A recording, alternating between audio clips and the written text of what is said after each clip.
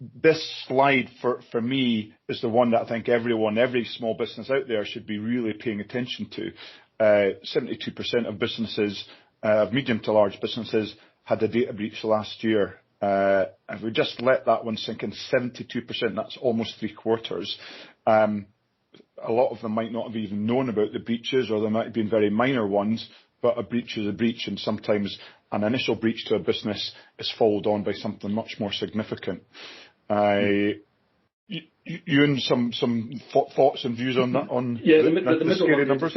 The 36% one. So that's most of the customers that we work with and our audience today, probably. That's the one that's been increasing over the last couple of years since that horrible event in spring 2020. And it's because it's easier to breach a smaller business because they don't have the budgets and the expertise to deal with these emerging threats. So the medium to larger businesses, whilst there is larger financial gains, it is more difficult for threat actors to get into those businesses.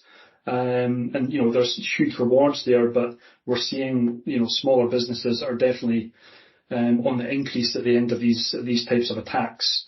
So that's another metric, like all the other ones on this slide, that has went up. But that's probably where we really need to focus as our kind of sector as SMEs.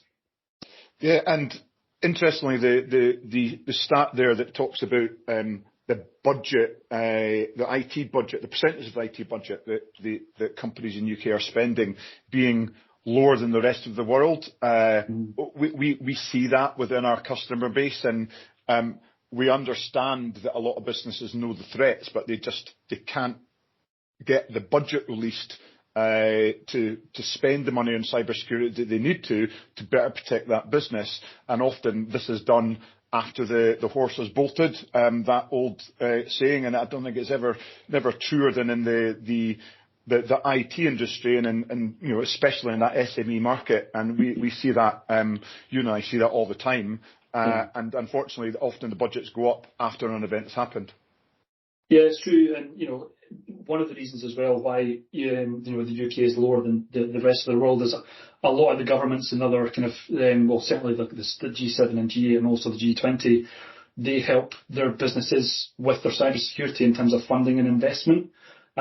So whilst we do have some good, funding investment in this country, it isn't enough, and that's why there's still a bit of a gap there.